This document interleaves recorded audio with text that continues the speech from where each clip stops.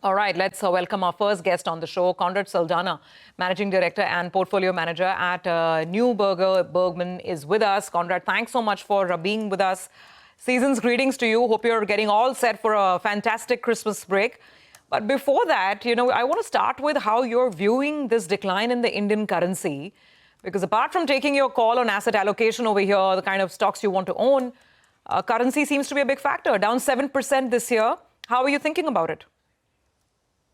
Thanks, Rupee, and season's greeting to you as well. It is a little surprising, given that the dollar has been relatively weak. Now, I'd say the conundrum also is not just the rupee; it's also been the Japanese yen. But for the rupee, given the export data that's coming out, is proving to be more resilient to the U.S. I think it's probably the fund flow argument that's pressuring it a little bit, given the FI outflows continue. I think it was a couple of $100 million. But it should see some stabilization here, but it seems to be in a bit of a free fall and defying most other currencies as well. So it was a bit of a conundrum, especially if you're looking at returns in dollar terms for foreign investors. It has been a big underperformer. Yeah, which was my question, Conrad, that whether going forward, as you take your allocation calls to India, whether you'll be a little more hesitant, if at all, looking at the way the currency is behaving, and whether that's the kind of conversation that you hear around. I mean, till now, allocating to India is, the deciding factors are earnings growth, AI or no AI trade, etc. But now, will currency become another impediment? Yeah, I mean, that's always a factor for a hard currency investor from whether it's the US or Europe, right? And I think it will come back to, again, I think it's sentiment, right? And it's been so negative. What are the other choices? And so in a relative context, if the AI machine keeps on working, giving you earnings growth, when that fades, my guess is India would be the alternative investment, right? In a sense, much more domestic oriented, but you need to see that growth come through as well. So I'm less negative about that. But the alternatives has been when India was doing so well.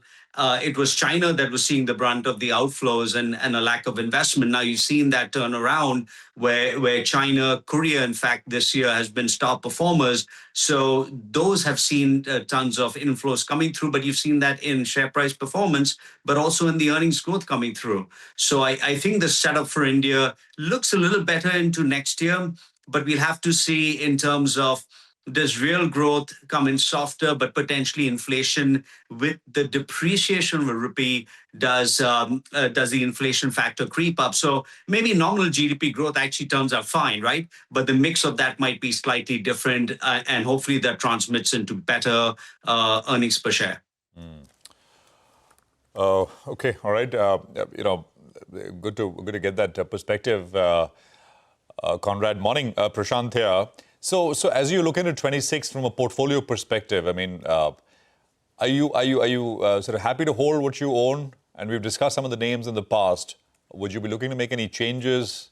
Any parts looking more attractive? Others looking a little more challenging? Has the setup changed at all from a portfolio perspective?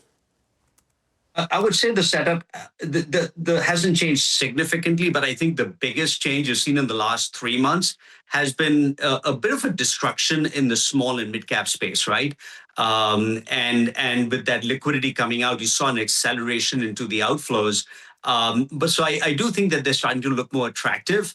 And there are not many takers right now. I think most strategy here would be, listen, if foreigners want to come in, the first port of call is to come into the larger cap names.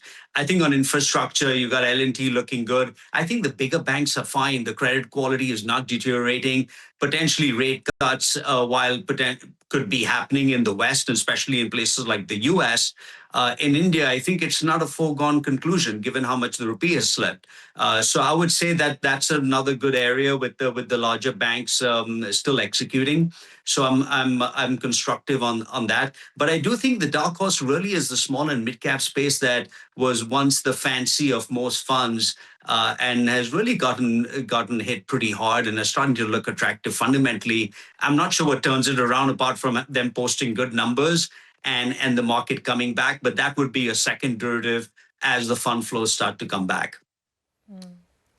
All right, Conrad, name a few stocks, right? In the past, we've spoken about, I think, HDFC Bank, SBI, Axis Bank. Those are stocks that you like in NetWeb as well as Orient Pro. Anything new that, that y'all have added? And also, I think y'all had a view on EMS, if I'm not mistaken, some time back. The EMS space, though, it has a big potential. Some of the stocks have come off. Did y'all get in? The ones, Nigel, I think when you look at the EMS space, some of the smaller names have really gotten impacted. I would say, to me, the bellwether has and will be Dixon's. This is the name, just met with management recently in New York. They're executing. Yes, when you look at the end markets and the consumer space, it's a little bit softer, and they are more geared to mobile phones. But it's still a market share gain for them. So I think that goes unabated, and they continue to expand their verticals. So I do feel that, listen, one name that's a bellwether longer term, that thematic has not changed in terms of more production in India and using it as an export engine just to diversify away from a risk standpoint for most companies globally. That has not changed in my mind, irrespective of the tariff jurisdictions. And I think part of the problem is that these tariffs haven't gone away, right, from the U.S. standpoint. But for the exceptions that you have in phones, etc., I do think that there's an offering for India here. Dixon's is one that I think comes out as among the listed space as having the best runway and the best execution.